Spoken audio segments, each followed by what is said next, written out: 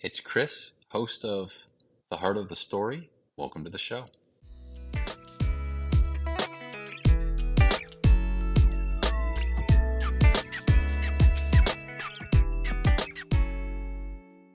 All right, thanks for joining me today, Bronson. Got Bronson Kaufusi on.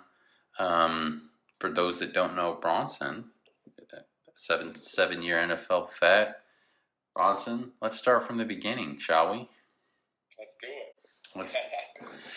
Tell me how was it like growing up in a football family, Polynesian background?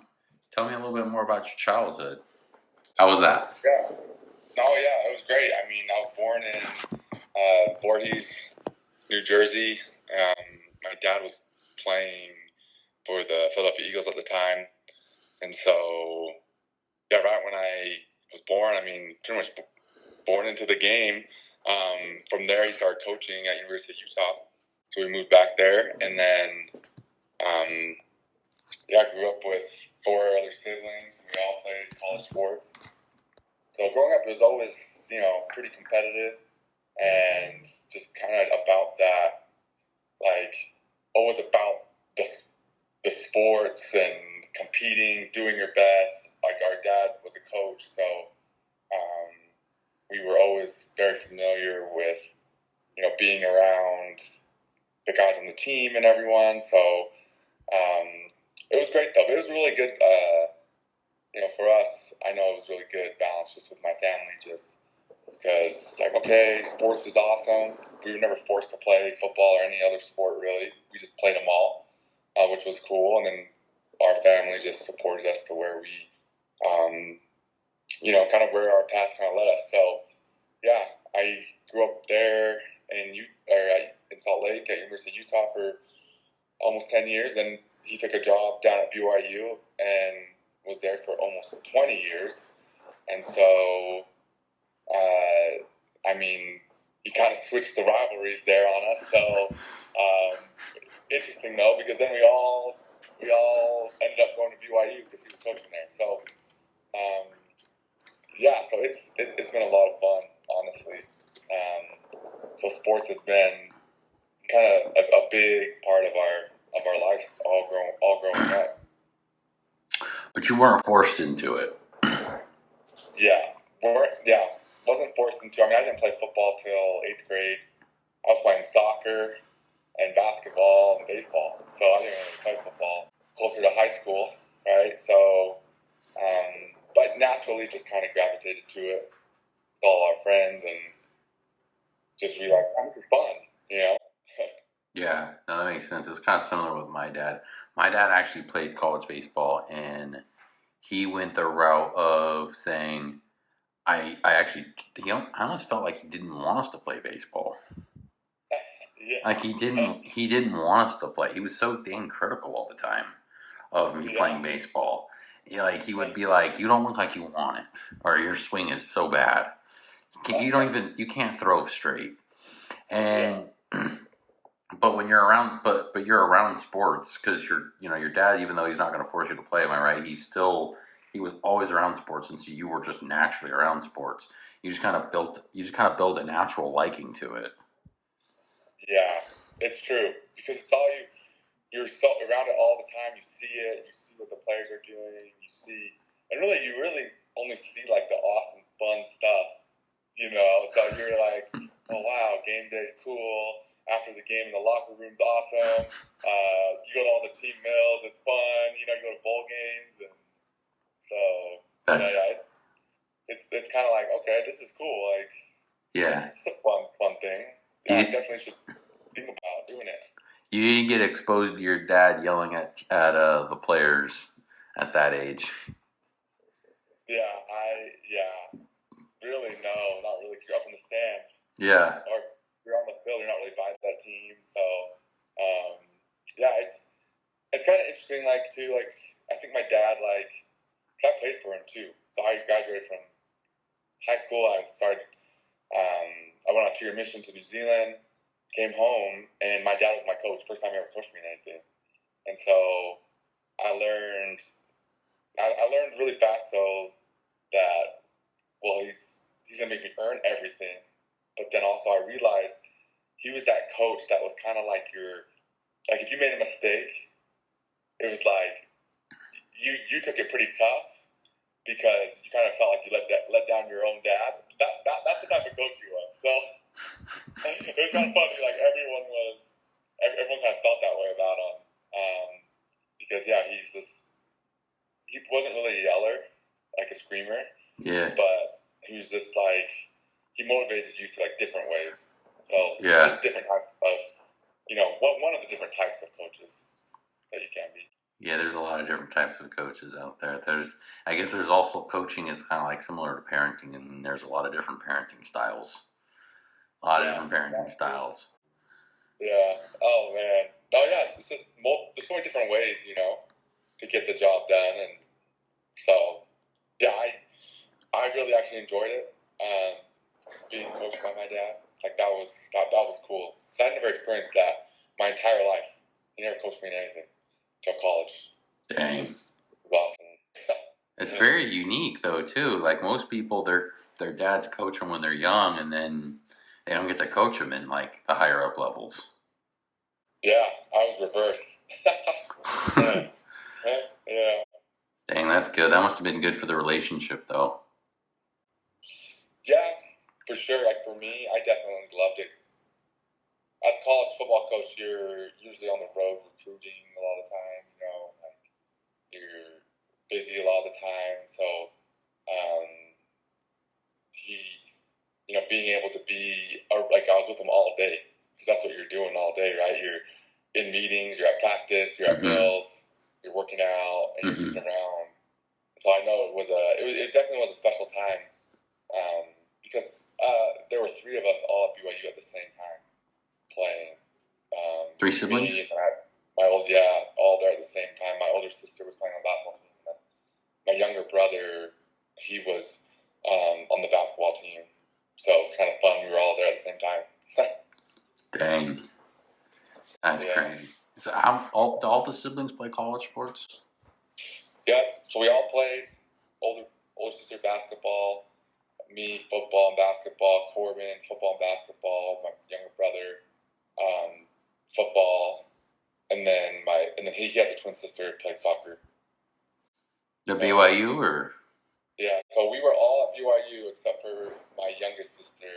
She went to BYU Hawaii and played soccer, and then she came midway through, she just came to BYU and finished her schooling there. So yeah. There you go. My wife plays soccer. That's at BYU. Yeah. That's right. You're the all BYU sports family, man. I don't know. I mean, my younger brother went to Utah. My youngest brother finished that. Oh, that's right. Is he the black sheep then? We talk to him every once in a while. I'm just kidding. Kick him out. Yeah, we make him eat last, and we make it. Hey, Utah's the school of the prophets, though. So I mean, he's just trying to set himself up for his higher ecclesiastical career. Yeah, exactly. No, yeah, it's funny. A lot of people ask me like, "What was that like?" What was it like having your brother play in at Utah, transferring to Utah? And I was like, "Well, it's funny because like our family is so back and forth. Like my dad played at BYU, his brother played at BYU. Then my dad goes to Utah, coaches, and then the next four brothers, his brothers, all go play at Utah. Then he moves to BYU. Our family, a lot of us go to BYU, and then all those other brothers and their kids, it kind of like splits up. Where like some go to BYU, a few went to Utah, quite a few went to other schools in the Pac-12, stayed in the West, but yeah, we all kind of split up. So there's a lot of back and forth. I had a cousin just transferred from Utah to BYU, and then I have like another two cousins at BYU right now. So it's kind of just a lot of back and forth. There's a lot of cousins, man, dude. I remember watching you guys growing up and seeing all of the Kaufusis on the team and being like, dude, there's so many dang Kaufusis. Who's related? Who's not? Yeah, it's crazy. We're all related, too. That's what's cool. So they are all related. Yeah, we Okay. are all related. Either first or second cousins. So mainly first. I think it's just a couple of second cousins. So. Do you guys do family dinners, family luau's? Oh yeah, we have big family get-togethers. I figured. Yeah, yeah, and everyone's trying to, like everyone has like some people up you get around, some people up Utah. It's like so back and forth. But we just love it. Like we love both schools just because they both provided the opportunity to get your schooling paid for. So that was a big thing for us.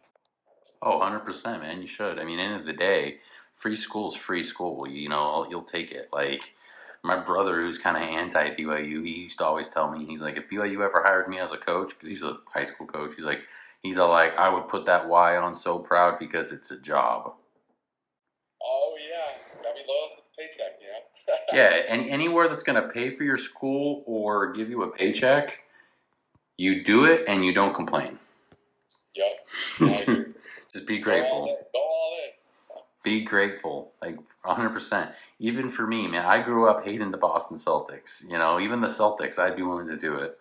I can forgive Danny Ainge for what he did. All right, man. So then, let's transition into the playing years. You're at BYU. Were you always thinking you were going to go pro? Not really, actually. I never really figured that out, honestly, until I was just out there playing the game. Like, I was just one of those guys that didn't really think about the next level, ever. Why is that? I don't know. I don't know why. I just didn't realize it. But it then started to hit me, like, my second year, where that's where my dad was the one that was like, hey, in my first year, I had a really promising year as a freshman. In my sophomore year, I just didn't play as well and had my playing time actually cut down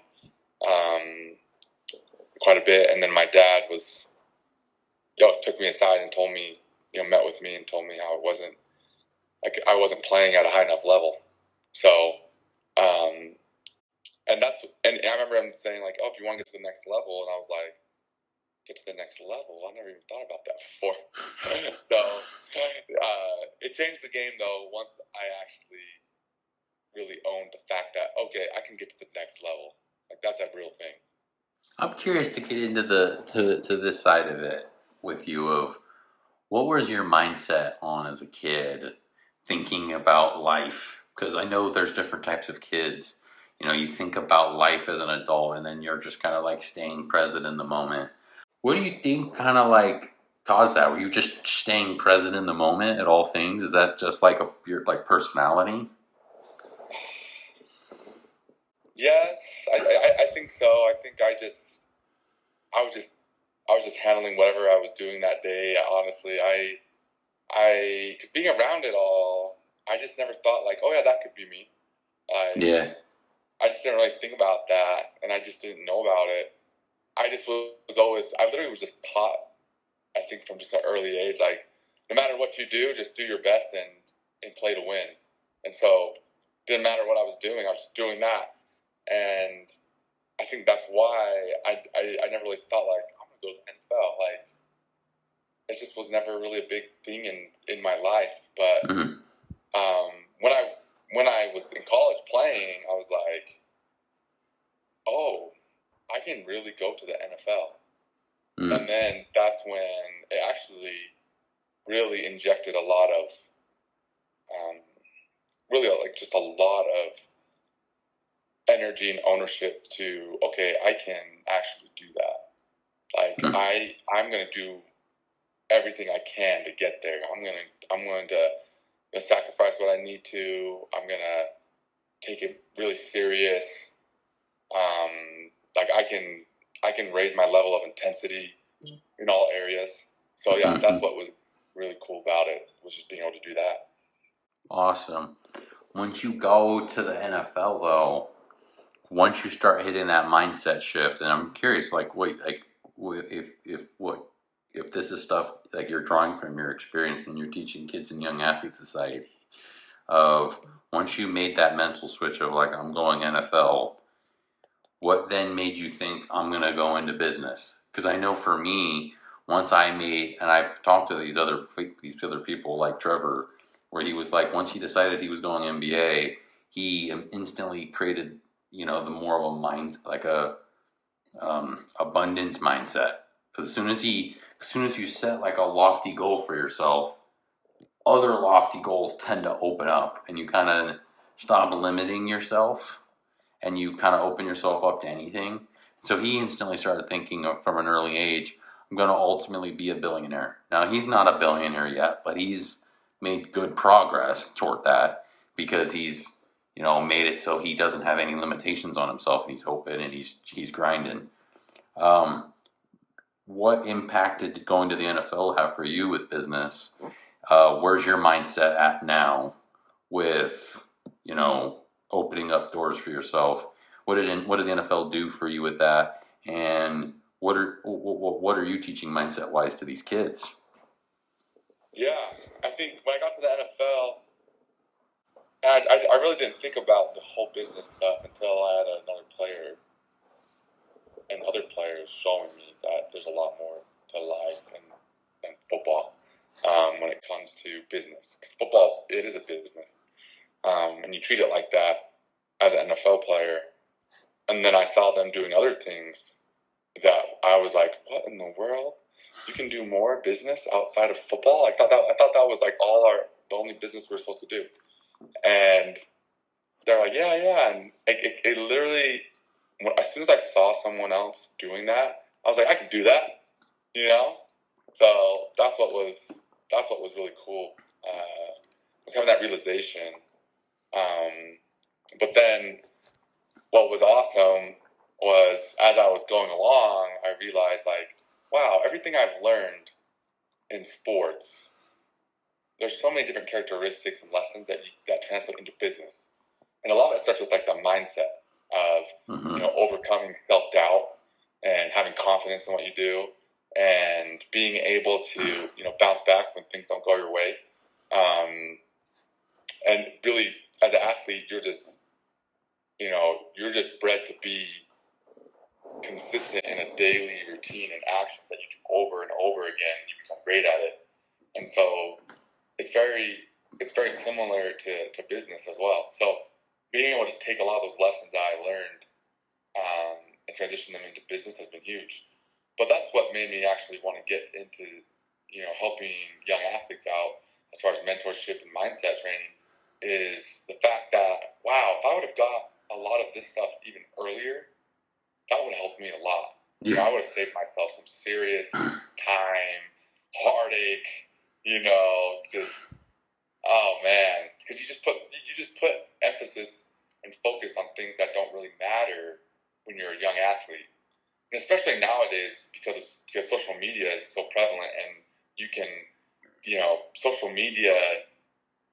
I don't know why, but we give it a lot of weight, and especially the younger athletes, they put a lot of weight on social media. Mm-hmm. So if they post a highlight and someone comments like, "Oh, you suck," then they really take that personal, and it's like, "Oh, hey, you don't need to worry about those people. Like, it doesn't matter, or like you struggle with confidence. Hey, we all do. Like, if you're an athlete, you're gonna go through ups and downs of confidence, and so just letting them see like, oh, like it's normal to go through these different ups and downs, but there's ways to navigate it.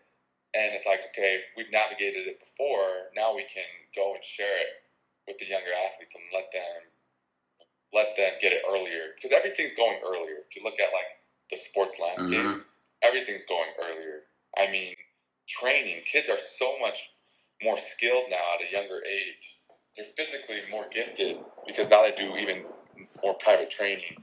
Now it's like, okay, well, with all that, you have like with the NIL landscape, it's gonna be crazy because it's going all the way down to high school. So it's like everything's coming earlier. So it's like we got to get ahead of it, even in the mindset training space and mental strength space. So yeah, that's kind of my take on why it's so important athletes are, take their mental strength training serious.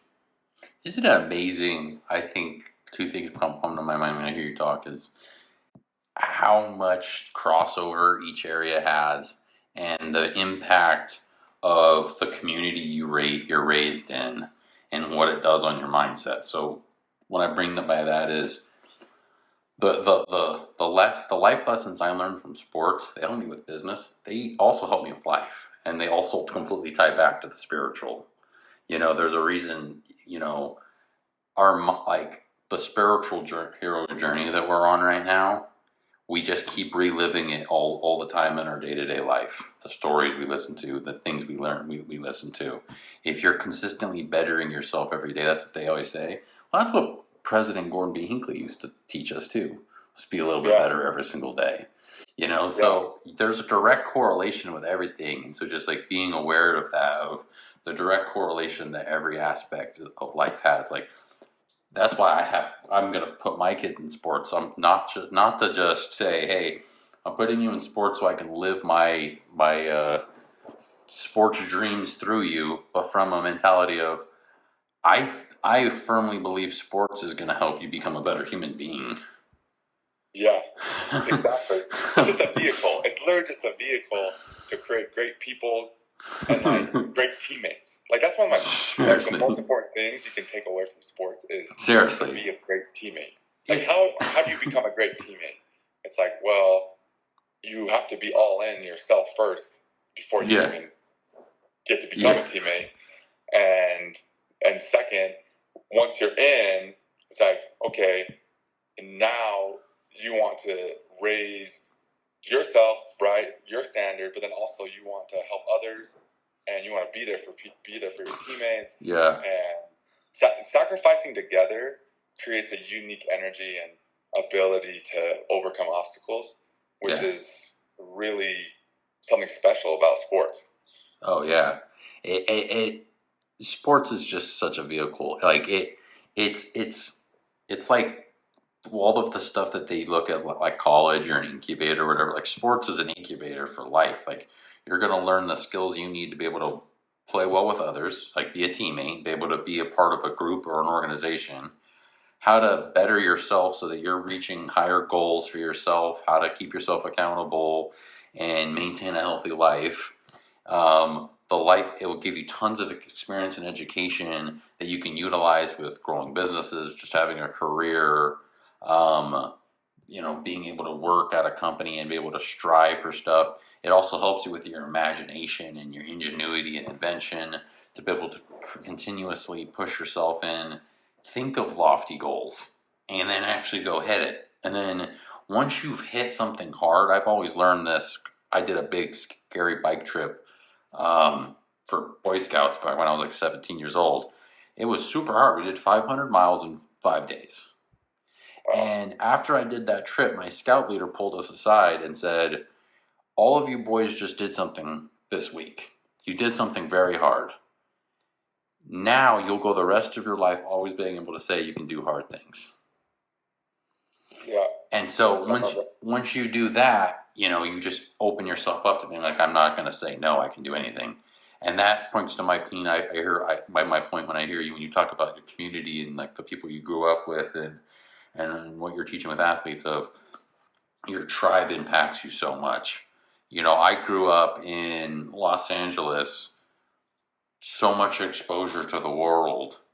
I instantly started becoming my eyes open to all kinds of things.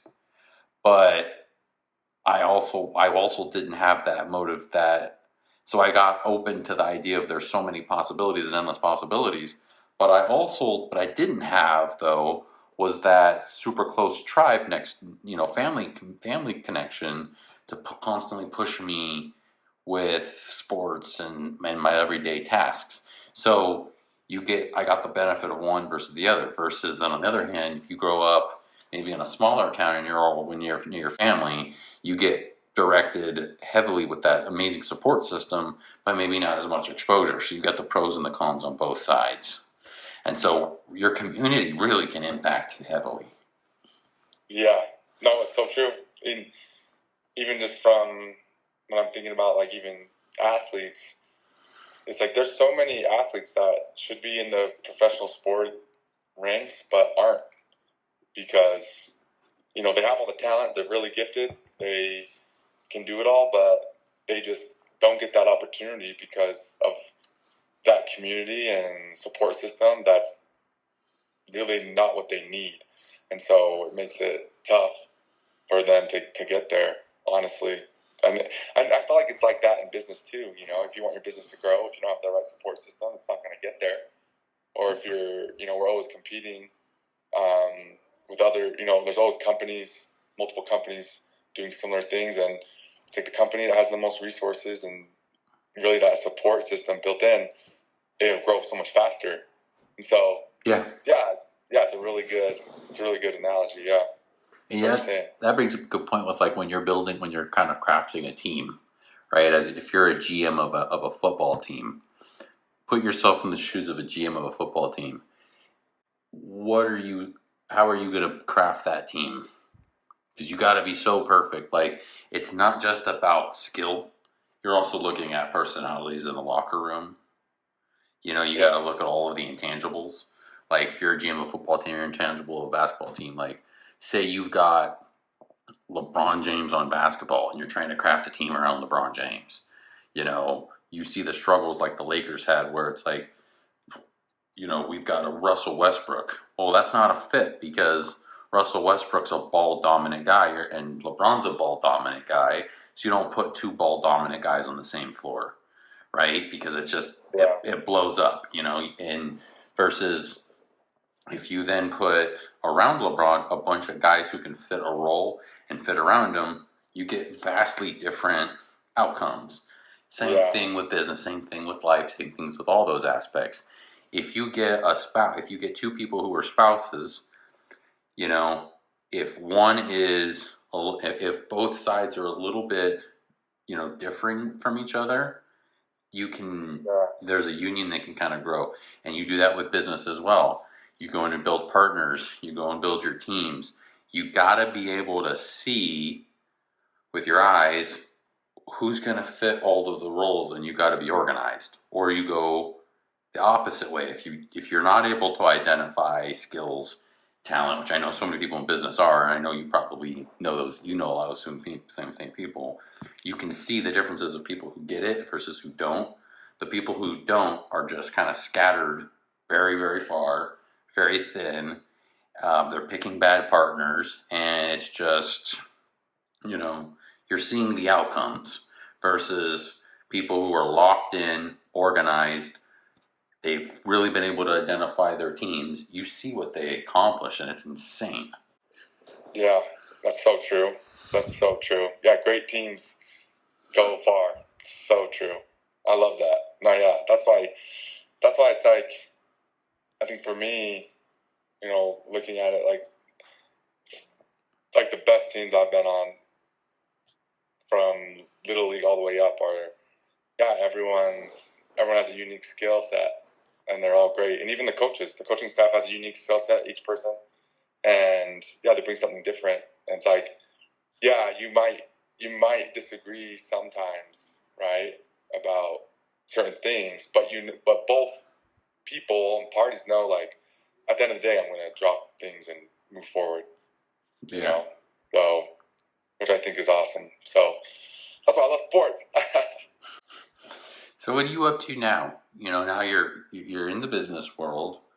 You're a fund manager. You're a fund manager at a real estate group?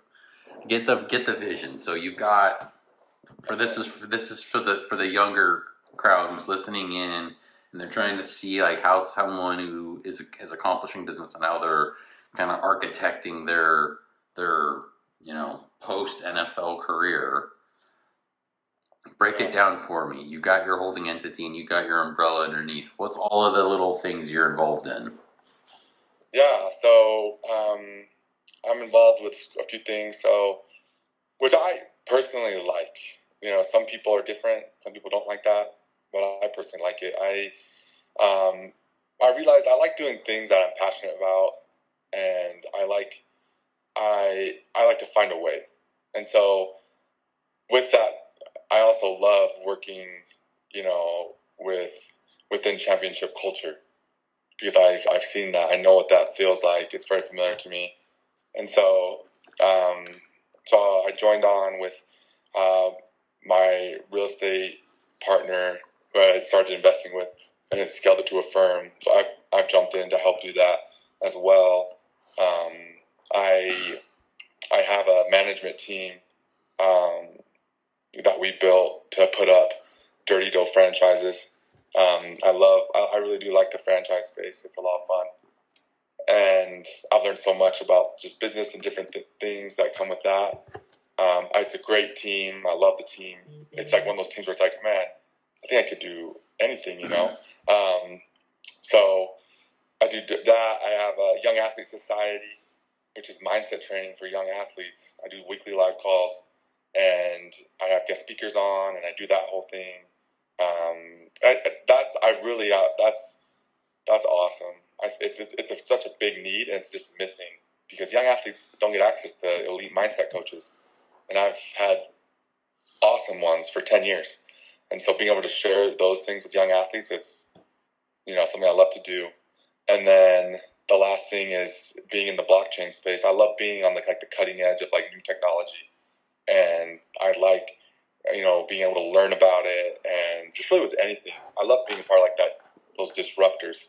And so I love helping people understand blockchain, understand how to get involved, and really to know, okay, this is what it is, this is how we use it, this is how it will change the future. And so,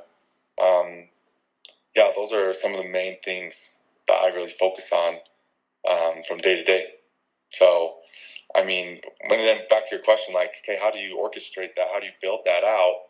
And it's just, for me, I've learned just from being in business for the short time I've been in it, but it's very familiar to me, but I didn't realize it because, as an athlete, you know what you do best. Mm-hmm. I step on the field, I step on the court, I know my greatest skill set. I can tell anyone, this is what I do best. This is what I really do well. And you have to have that same mentality when it comes to business. And you need to stay in that lane because that's where you're going to win the most. And so I learned that early on is, okay, what's my biggest skill? What's my greatest skill? What do I bring to a business? And so I broke down what a business is made of. You have your marketing, your sales, you have your biz dev, you have your HR, you have all these different things. It's where do I fit in? And so for me, I just had to learn, what? My greatest skill is truly working with people and connecting people. That's what I love to do. That's what is my greatest skill. And so everything I do, I want to make sure I'm in that space. So it's a little bit of marketing, a little bit of sales, a little bit, of management. It's just kind of being in those areas within all the things that I do. So yeah, that's about it. Dude, so how do you build your team? How did you build your team? You're the GM of your own company. So you've got, you got your holding entity, you've got your 4 kind of branches underneath: tech, food, real estate, and mentorship of athletes, keeping up with the athletes. How'd you build your team? How did you orchestrate and build your team? Because to manage all of that effectively, to be able to do it, you've got to have a team to help you manage all that. So how did you build your team? Yeah,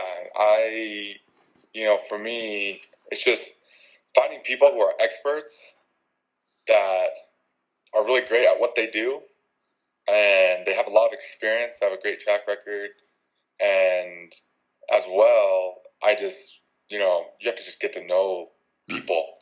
And so being able to go and pull from groups of people that I've gotten to know over time, and I'm like, wow, I know this person there, they've done this and this, I've done this with them, it's I want to pull them, and I just want to offer it to them. They might say no, that's totally fine, but it's okay, I'm going to pull them in, and they'll at least offer it, because it's I know them, I know I've done stuff with them, and I feel that's the best pick is when you can find someone like that.